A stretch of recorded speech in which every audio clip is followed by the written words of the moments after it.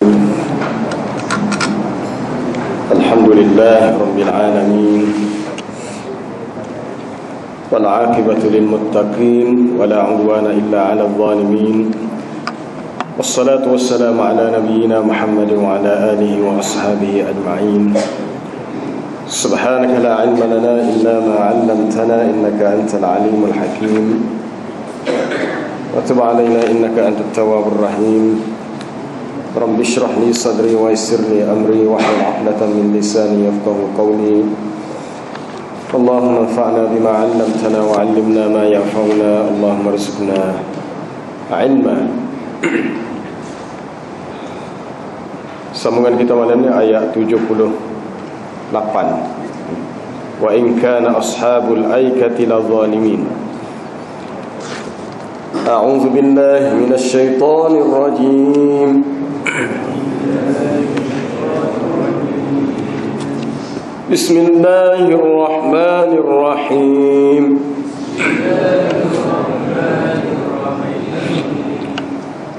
Wa in kana ashabul aikati ladzalimin.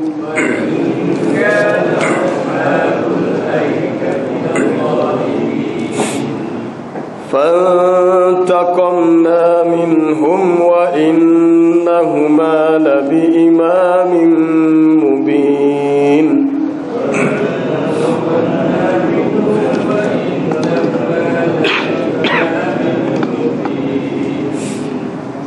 ولقد كذب أصحاب الحجر المرسلين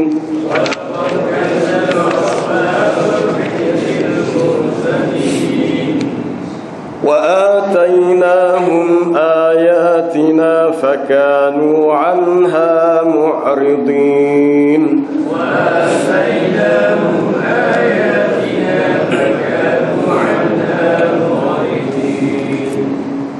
وكانوا ينحتون من الجبال بيوتا آمنين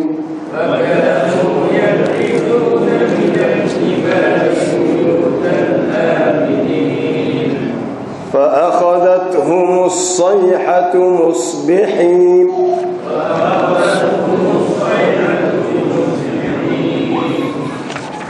فما أغنى عنهم ما كانوا يكسبون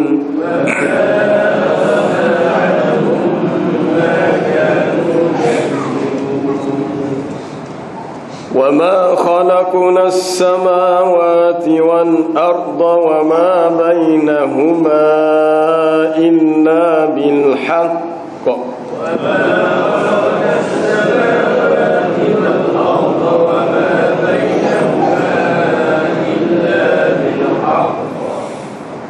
وإن الساعة لآتية فاصفح الصفح الجميل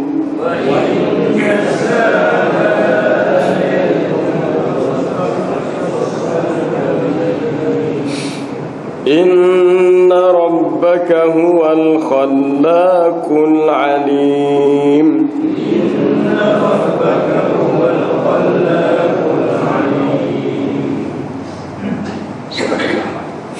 Wa in kana ashabul aikati ladzalimin, dan bahawa sesungguhnya adalah penduduk Aikah, penduduk Madian, mereka telah berbuat zalim.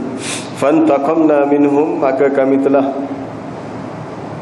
mengenakan hukuman siksaan kepada mereka. Dan sesungguhnya kedua-dua mereka itu, penduduk kaum Nabi Lut di Sadum dan penduduk kaum Nabi Shu'aib di Madian ataupun dikenali sebagai Ashabul Aikah, mereka berada pada suatu imaman tariq, jalan laluan yang jelas, yang terang.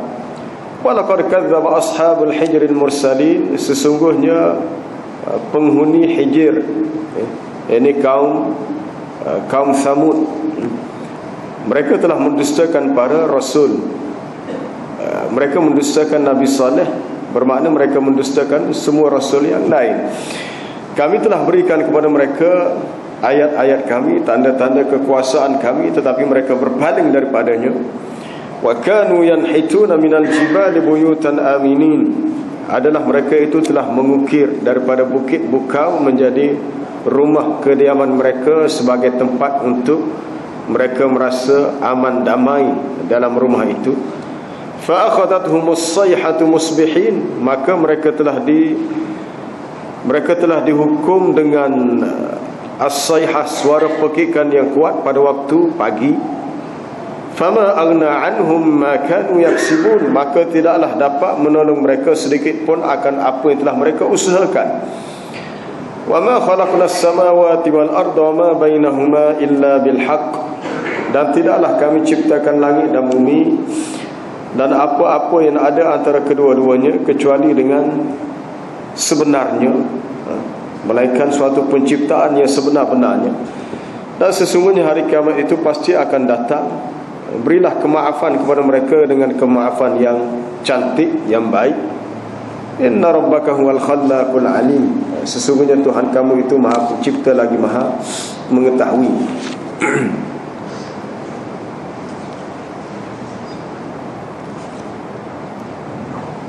Jadi ada dua kisah di sini. Sebelum ini kita telah baca kisah Nabi Ibrahim yang menerima tetamu daripada malaikat. Kemudian malaikat itu terus kepada perkampungan kaum Nabi Lut untuk menghukum mereka.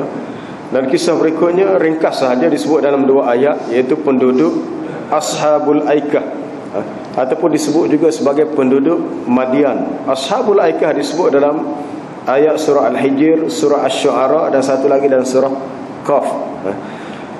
Mereka adalah kaum Nabi Syuaib. Adapun dinamakan Ashabul Aikah kerana kawasan penempatan mereka dipenuhi dengan kawasan tumbuh-tumbuhan yang subur, banyak pokok kayu dan banyak tanaman. Allah Ta'ala utuskan kepada mereka Nabi Syuaib. Nabi Syuaib, kadzdzaba ashabul aikatil mursalin idh qala lahum syu'aibun ala tattaqun, dalam surah Asy-Syu'ara. Penduduk Aikah telah mendustakan para rasul ketika Nabi Syuaib diutuskan kepada mereka. Ketika Allah Ta'ala utuskan kepada mereka Nabi Syuaib untuk mengajak mereka ke jalan yang benar. Kalau kita baca dalam kisah sebelum ini, penduduk di Sadum yang diutuskan kepadanya Nabi Lut, mereka terkena dengan kerosakan akhlaknya, iaitu melakukan aktiviti homoseksual dan lesbian yang telah kita baca minggu lepas. Manakala penduduk Aikah, Ashabul Aikah yang diutuskan kepada mereka Nabi Syuaib alaihissalam, mereka pula terkena dengan aktiviti melakukan penipuan dalam urusan jual beli, melakukan khianat dalam urusan al-mikyal wal mizan, sukatan dan timbangan. Kisah itu berulang-ulang disebut dalam surah Al-A'raf pun ada, dalam surah Hud pun ada. Nabi Syuaib berpesan, auful kaila wa la takunu minal mukhsirin, hendaklah kamu sempurnakan sukatan, janganlah kamu termasuk orang yang mengurangkannya. Wazinu bil qistasil mustaqim, dan buatlah timbangan itu dengan sempurna, dengan adil. Berlaku penipuan dalam urusan jual beli. Suatu kisah yang sangat masyhur dalam sejarah dan disebut dalam Al-Quran. Kenapakah kisah ini bukan disebut sekali, beberapa kali, banyak kali? Sifat khianat manusia, sifat jahat manusia dalam urusan muamalah akan berlaku di mana-mana. Sehingga kan satu ketika Nabi SAW apabila membuat pemeriksaan di pasar di Madinah, ada setengah penjual yang cuba menipu. Mungkin menipu tidak dalam bentuk al-mikyal wal mizan, sukatan timbangan, tapi menipu dengan cara barang jualan hak tidak baik diletakkan di bawah. Dia jual buah tamar di pasar tamar, lalu hak bahagian basah tak bawa. Buah yang basah dia tidak akan tahan lama, dia akan cepat rosak. Lalu apabila Nabi SAW buat pemeriksaan, lalu dia bertanya, ya sahibat ta'am afala ja'altahu fawqa ta'am, wahai tuan punya barang yang dijual, kenapa kamu tidak letakkan di atas kayyarahunna, supaya manusia dapat melihatnya. Lalu diberi peringatan, man ghasya falaysa minna, ataupun man ghasyana falaysa minna. Sesiapa yang menipu, bukan ia di kalangan kita. Sesiapa yang menipu kami, maka dia bukan di kalangan umat Islam, di kalangan orang yang mengikut ajaran Islam. Menipu sesama Islam adalah sesuatu yang sangat besar dosanya. Menipu, sama ada menipu dalam bab jual beli, menipu dalam bab yang melibatkan muamalah, urusan harta benda, menyewa, al-ijar, dalam bab mudayanah, hutang piutang. Sebab tu urusan yang melibatkan manusia dengan manusia, biasanya hukum syarak meletakkan adanya syuhada, adanya saksi. Ada saksi. Hatta dalam bab nikah kahwin pun ada saksi. Kalau pengantin perempuan kena ada wali, pengantin lelaki kena ada saksi, supaya lepas ni tidak tertimbul sesuatu yang adanya unsur ghish, adanya khidak, penipuan, untuk mengelak berlaku penipuan. Dalam bab jual beli, yang paling banyak berlaku mungkin penjual ni akan kurang sukatan, akan kurang timbangan. Wailul lil mutaffifin alladzina idza talu 'alan nasi yastawfun wa idza kaluhum aw wazanuhum yukhsirun ala yadhunnu ulaika annahum mab'uthun liyaumin 'azim yauma yaqumun nasu lirabbil alamin. Surah ni dinamakan surah Al-Mutaffifin, khusus untuk orang yang cuai, orang yang yang menipu, ataupun orang yang berlaku curang dalam urusan timbangan. Celakalah lil mutaffifin, bagi orang yang melakukan tatfif fil mikyal wal mizan, penipuan dalam sukat, dalam timbangan.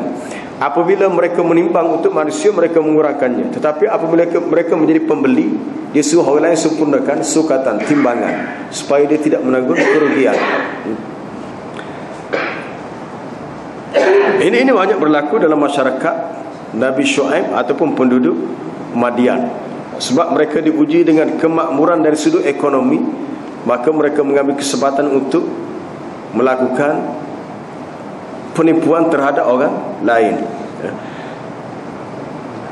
Nipu ni tidak ada bab jual beli sahaja, boleh jadi nipu, boleh jadi tipu dalam bentuk boleh jadi tipu dalam bentuk apa dia?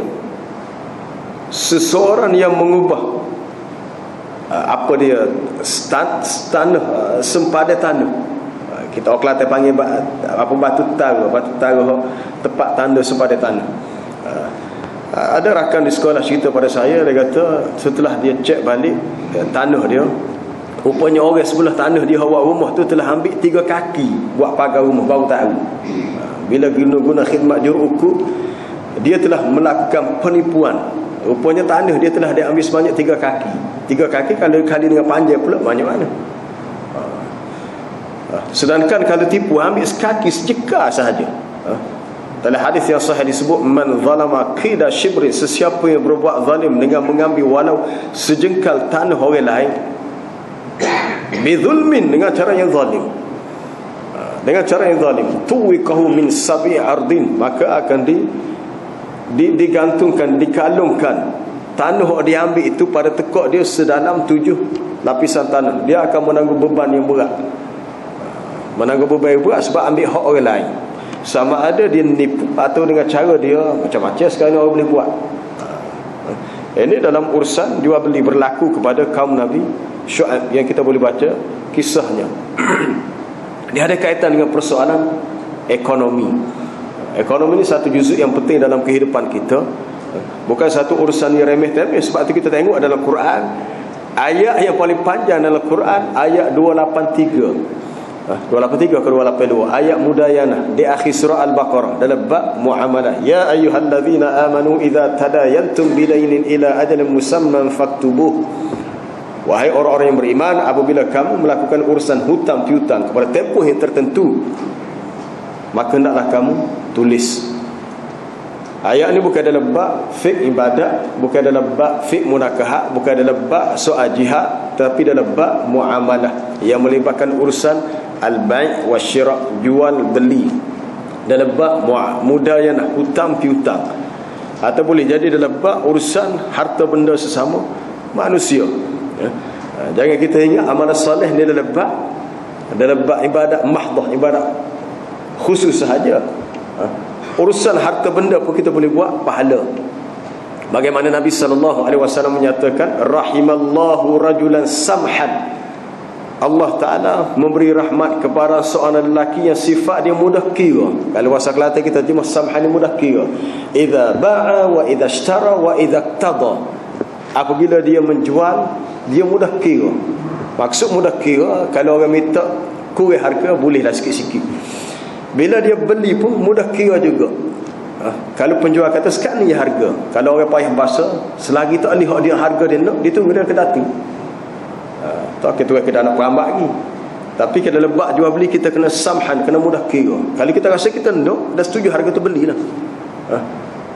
Jangan terlalu cerewet dan lebat urusan jual beli. Dan wa idza qtada, apabila menuntut hutang, dia lebat. Apabila dia ba'a, dia jual, dia menjadi bai'. Ataupun idza ishtara, apabila dia menjadi mushtari, pembeli. Ataupun wa idza qtada, bila dia menuntut hutang, al-qada lidainihi, supaya orang yang berhutang itu tunaikan hutang, maka dia mengambil sikap samhan. As-samhu samhan lahu, mudah kira. Mudah kira ini menyebabkan dia mendapat rahmat di sisi Allah. Nabi SAW menceritakan dalam hadis yang lain, ada seorang lelaki zaman dahulu.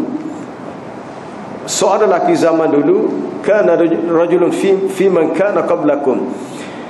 Kerja dia ni yudayinun nasa, mudah memberi hutang kepada orang lain. Dia ada harta, dia suka tolong dengan beri hutang. Dan dia berkata kepada apa dia, pembantunya, ataupun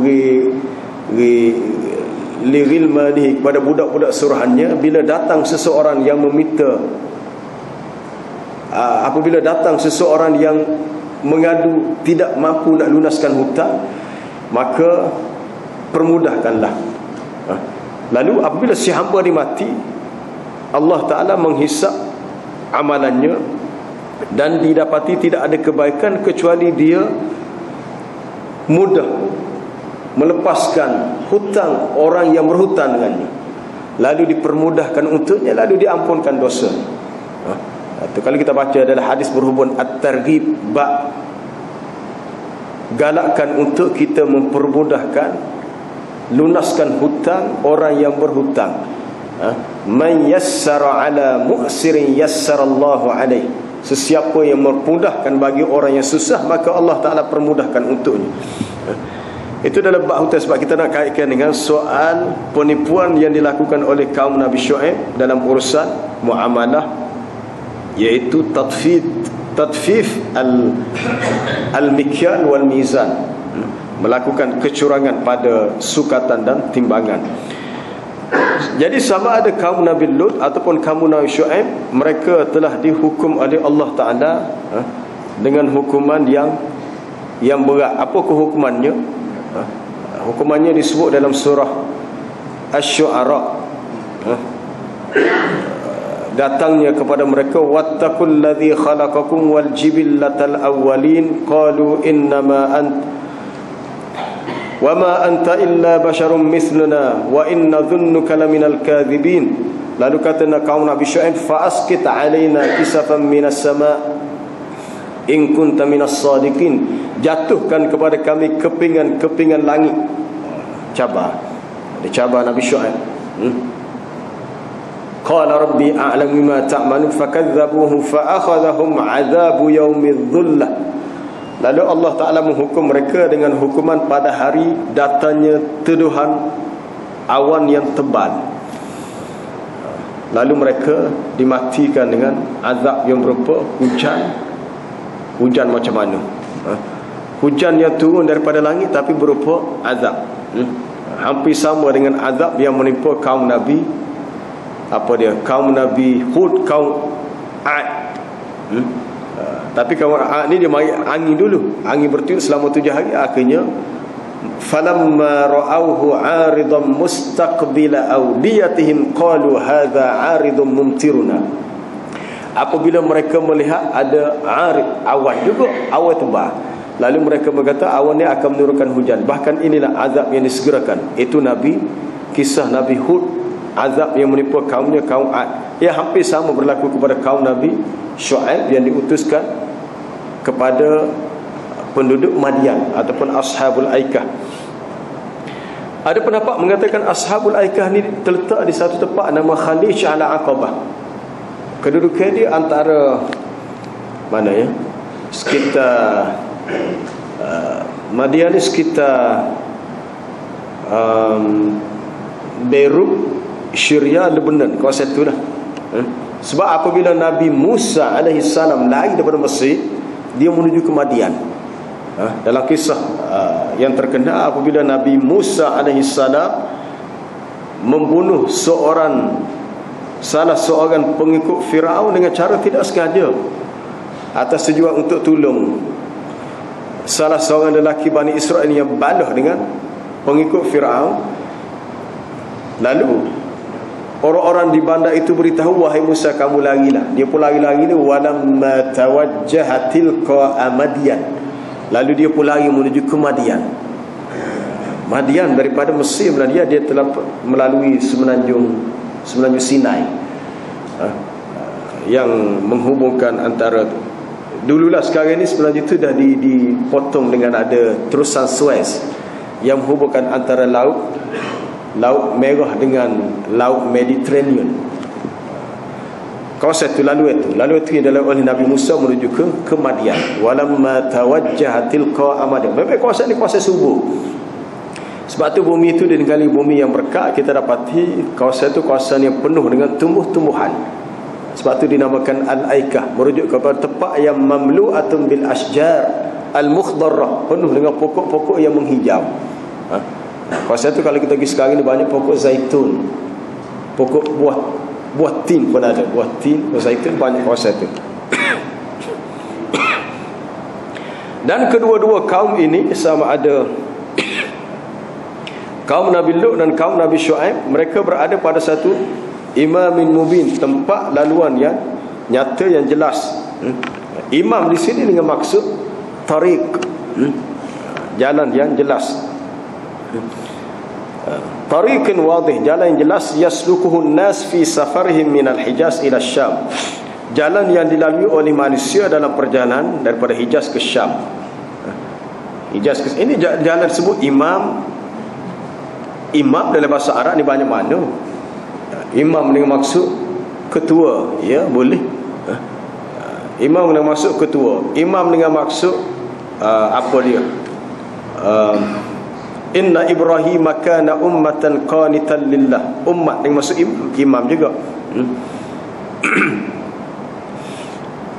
Al-imam di sini ma yutamma bihi, apa yang diikuti dengannya, dan dijadikan jalan di sini sebagai imam kerana ia diikuti sehingga sampai ke tempat yang mereka kehendaki, suatu laluan yang masyhur.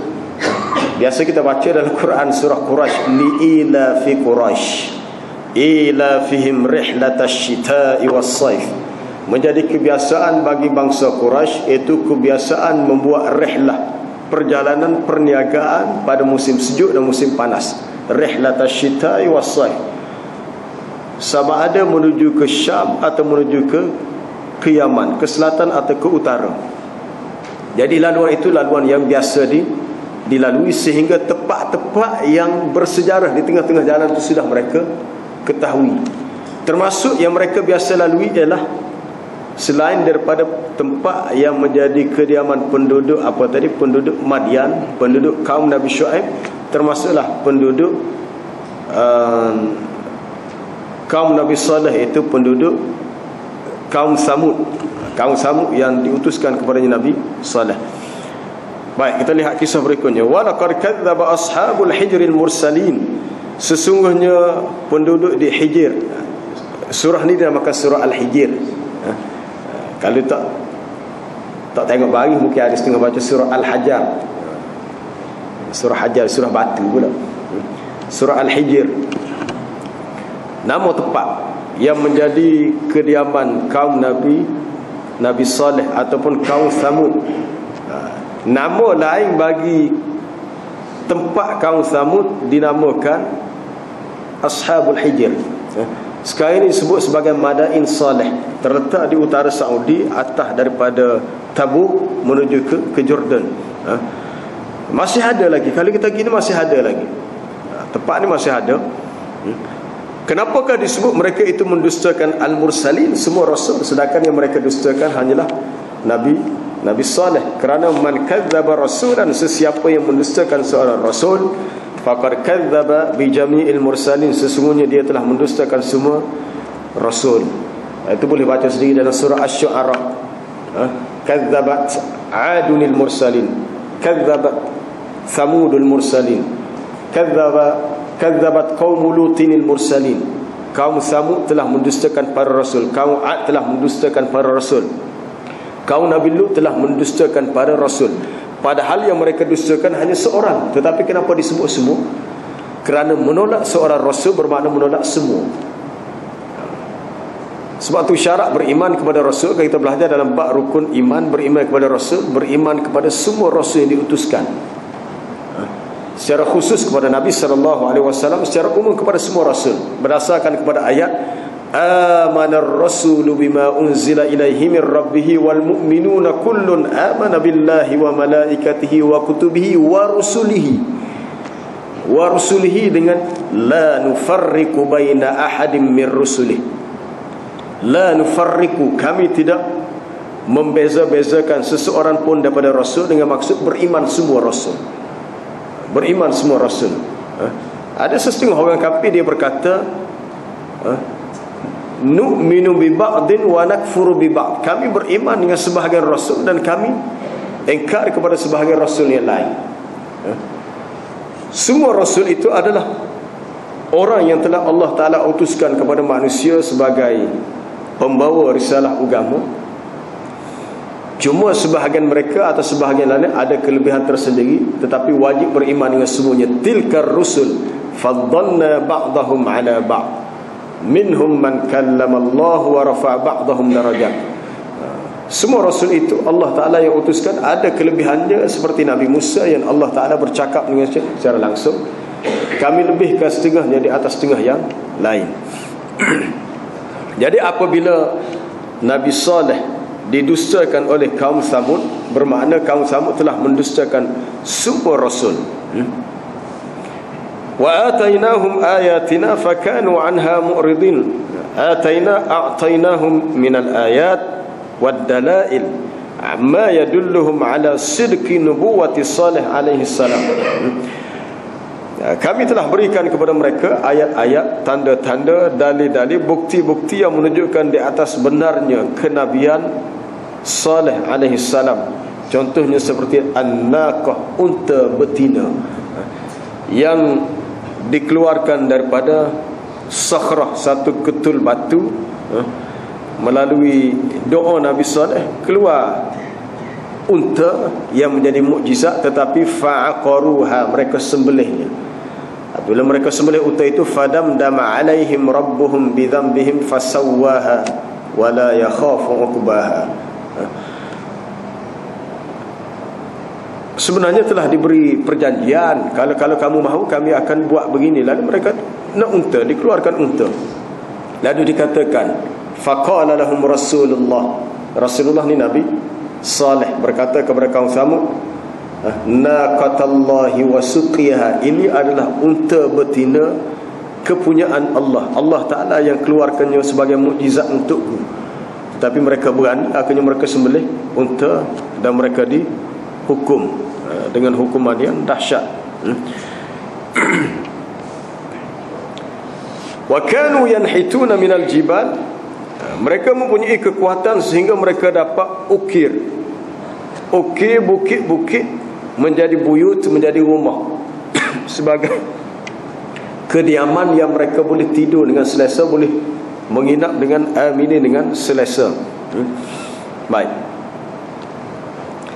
Adalah bagi mereka ada rumah-rumah yang nahituha fil jibal wa asbahu biha aminin minal a'da. Mereka ukir pada bukit dan jadilah rumah itu sebagai tempat yang memberi keamanan bagi mereka daripada musuh.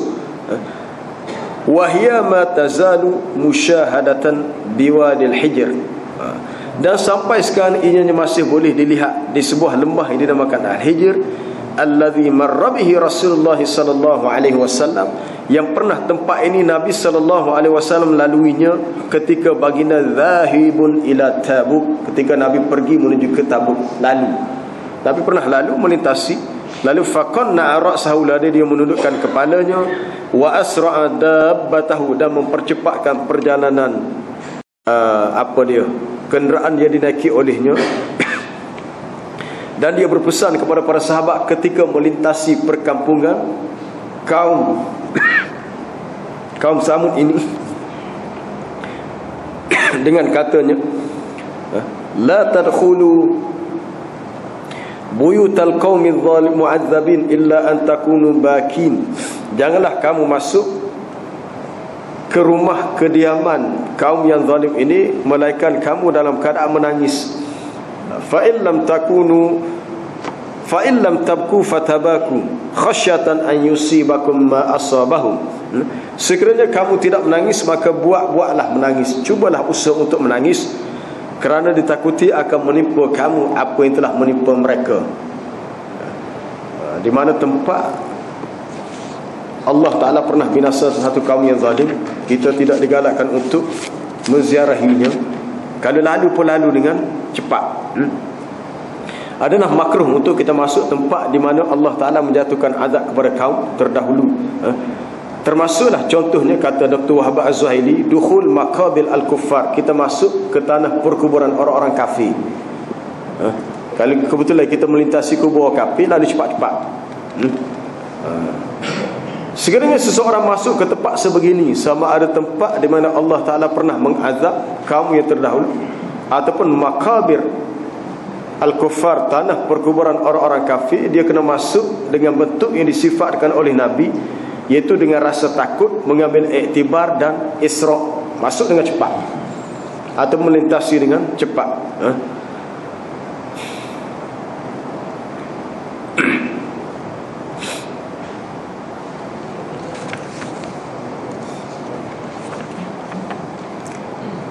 فَأَخَذَتْهُمُ الصَّيْحَةُ مُصْبِحِينَ فَمَا أَغْنَى عَنْهُمْ مَا كَانُوا يَكْسِبُونَ.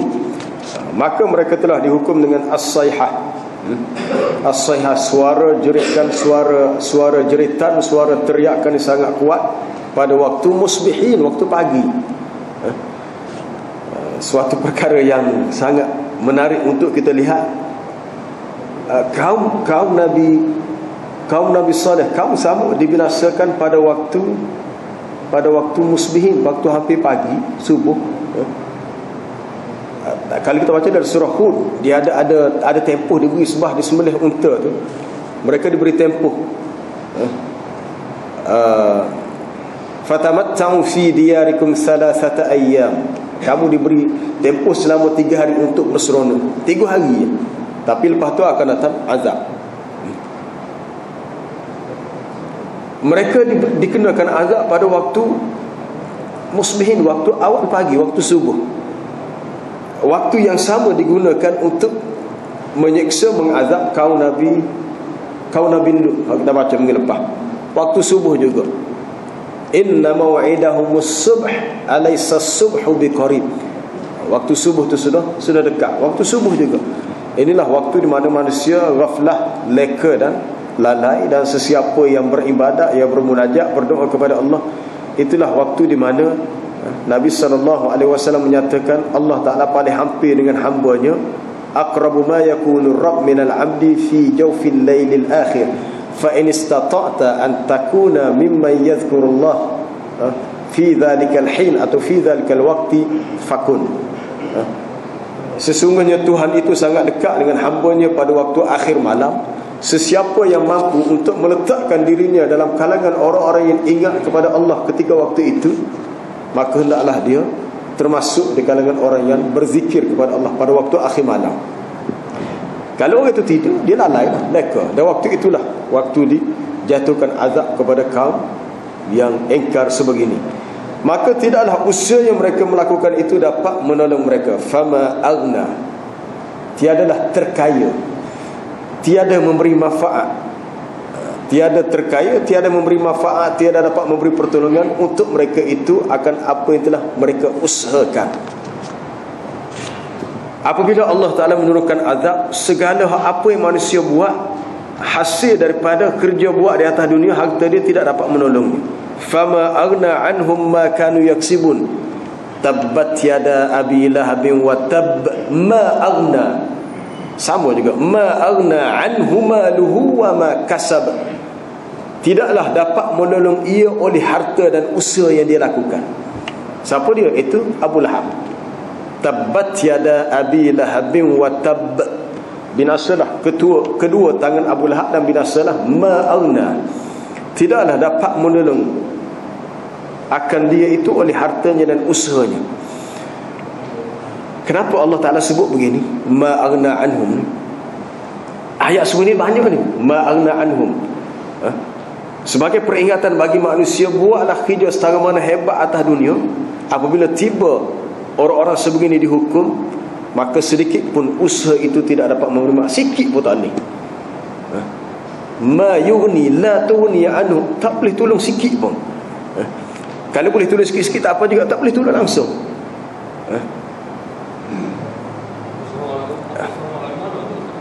Usaha apa dia?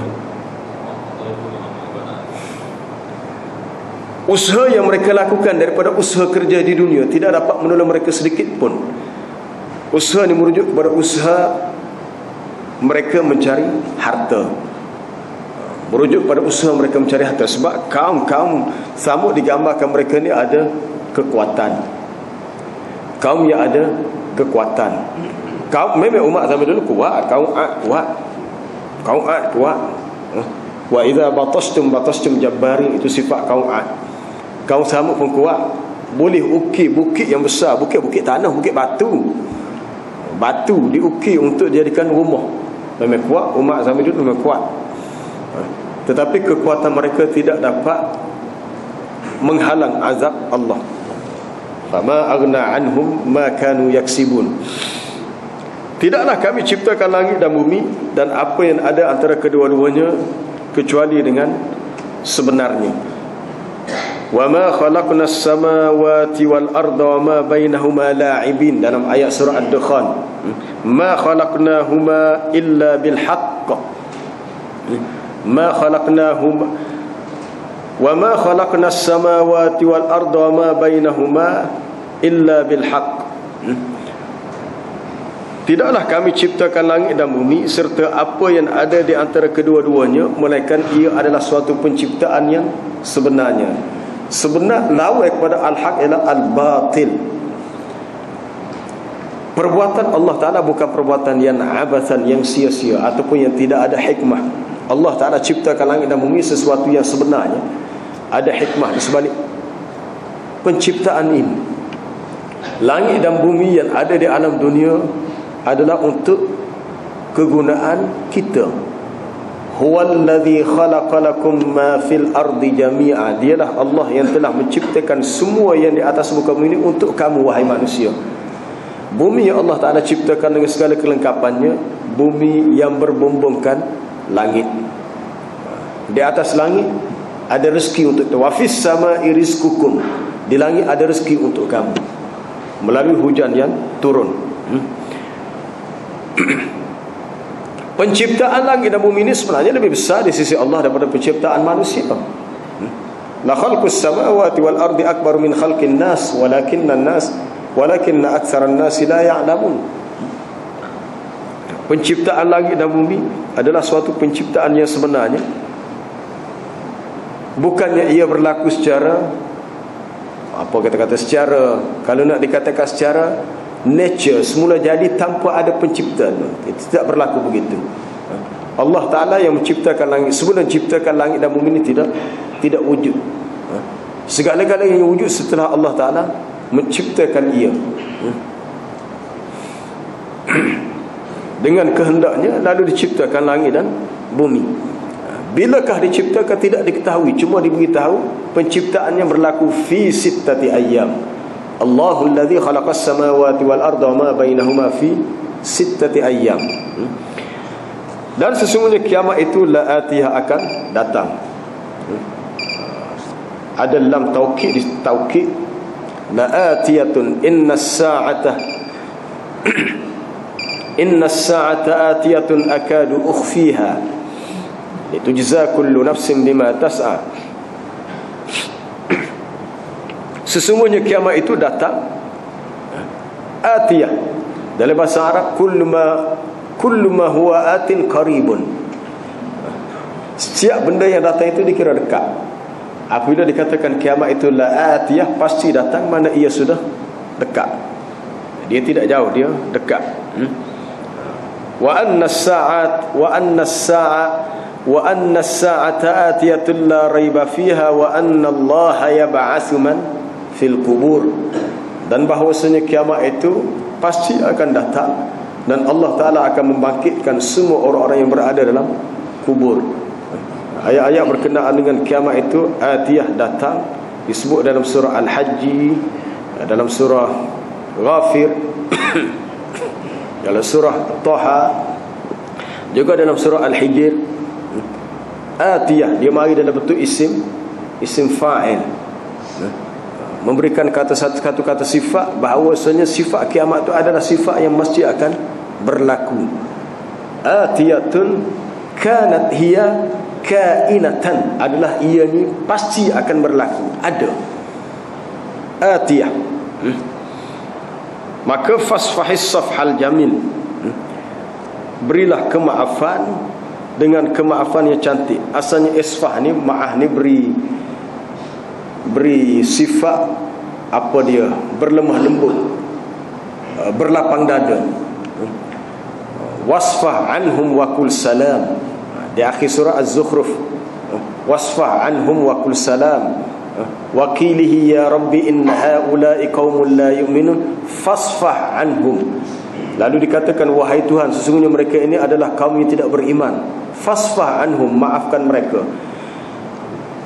Ada setengah pendapat mengatakan bahawasanya sifat memaafkan orang kafir ni satu sifat yang telah masuk, ayat ini telah masuk dengan ayat perang.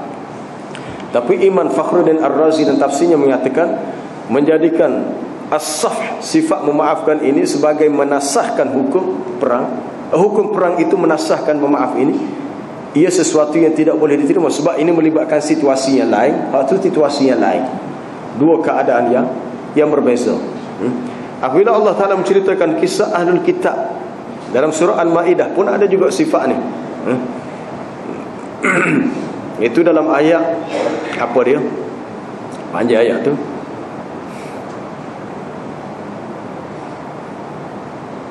Fabima naqdihim mitsaqahum la'annahum wa ja'alna qulubahum qasiyah yuharrifuna al-kalima min ba'di mawadhi'i wa nasu haddan mimma dhukiru bihi wa la tazalu tattali'u ala kha'inatin minhum illa qalilan minhum fa'fu anhum fasfahis safhal jamil, maafkanlah mereka. Lepas tu disebut sekali wasfah, suatu sifat maaf yang lebih khusus, iaitu merujuk kepada sifat hul, sifat penyantun. Sifat penyantun, sifat memaaf dengan tidak cepat marah. Berpaling daripada kejahatan mereka dengan jamil, dengan cara yang baik, bihulmin wal idda, dengan cara penyantun. Sifat penyantun ni kita kata sifat orang yang boleh menahan marah.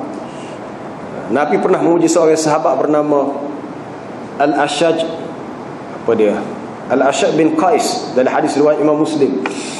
Nabi kata, inna fika khullataini atau khoslataini, wahai Al-Ashaj bin Qais, kamu ada dua sifat yang Allah Ta'ala suka. Sifat itu ialah sifat al-hilmu wal-anatu, sifat penyantun dan sifat, nak katakan dalam bahasa Kelantan kata sifat titik terening, jenis orang tidak belorak, jenis orang yang tenang. Okey, nampak tenang, tidak al-ana tu tidak ajalah, tidak nampak tergopoh-gopoh, nampak tenang, dan sifat penyantun, sifat tidak cepat marah. Lalu Al-Ashaj bin Qais tanya, ya Rasulullah, adakah aku yang bersifat begitu kerana aku yang usahakannya? Nabi kata, bahkan Allah Ta'ala yang menjadikan sifat itu ada pada kamu. Lalu dia kata, alhamdulillahilladzi jabalani ala khallataini yuhibbuhuma, Segala puji bagi Allah yang telah menjadikan aku dikuasai oleh dua sifat yang dia pula sukai, iaitu sifat al-hilmu, sifat penyantun. Sifat penyantun, sifat tidak cepat marah. Sifat tu yang terkandung pada as-safhul jamil, fasfahis safhal jamil, berikan kemaafan kepada mereka. Sebab tu bila kita berdepan dengan musuh, dia mesti berpijak pada realiti, bukan dengan emosi tapi dengan ilmu. Dengan ilmu dia kena lebihkan sifat kasih sayang, sebab manusia ni boleh berubah. Manusia boleh berubah. Inna rabbaka huwal khallaqul alim, sesungguhnya Tuhan kamu bersifat Maha Pencipta lagi Maha Mengetahui. Dua sifat Allah Ta'ala yang dinyatakan di akhir ayat ini. Dialah yang Maha menciptakan segala-galanya. Allah khaliqu kulli syai. Allah Ta'ala dialah pencipta bagi setiap sesuatu. Dan yang lebih besar disebut di sini adalah penciptaan langit dan bumi dalam konteks ayat ini.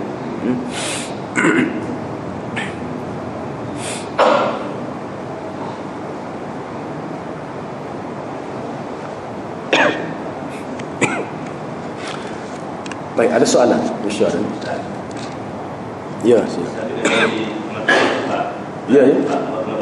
Macam melancong ke depan piramid, lepas tu bangunan macam di Jordan ke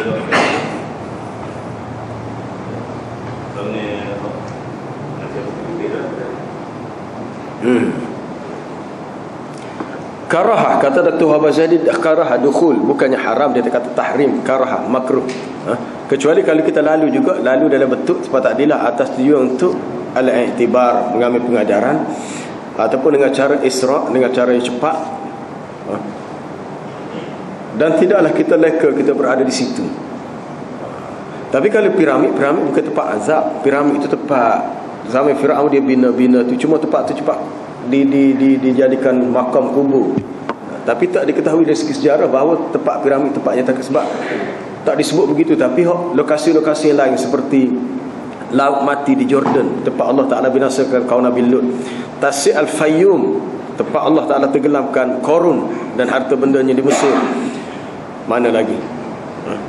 Dan beberapa lokasi lain yang kalau diketahui tempat ini dijatuhkan azab, ia lebih bersifat karahah, makruh. Kerana dikhawatiri kalau masuk dengan hati yang tidak khusyuk, berlaku sesuatu musibah. Ada soalan lain? Ya.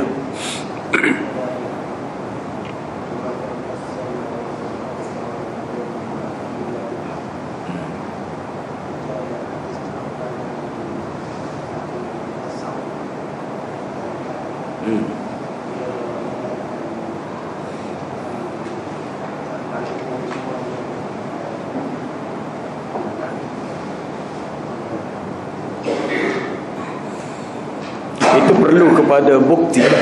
Kalau ada pandangan yang mengatakan penciptaan langit dan bumi dan segala makhluk yang ada ni ada kaitan dengan penciptaan Nabi kita sallallahu alaihi wasallam, maka kena ada bukti. Tapi biasanya ada mereka berpegang kepada riwayat yang tidak sahih.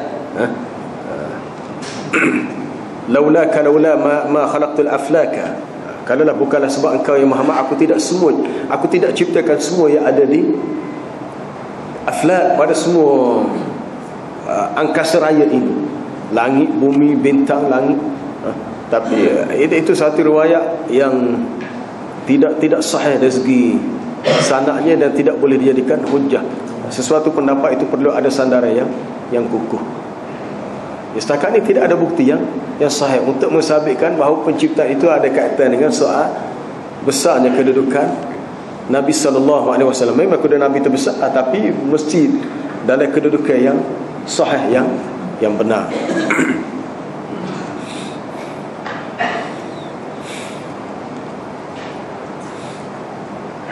Wallahu alam. Kita sambung semula. Balik Jumaat ni tak apa lagi suara. Hari Jumaat 2-3 tepat lagi. Kemarin hari Jumaat 4 tepat lagi. Kemarin 3 tepat. Hari ni dah suara tak ada. Semua hidung. Subhanakallahumma wa bihamdika asyhadu an la ilaha illa anta astaghfiruka wa atubu ilaik.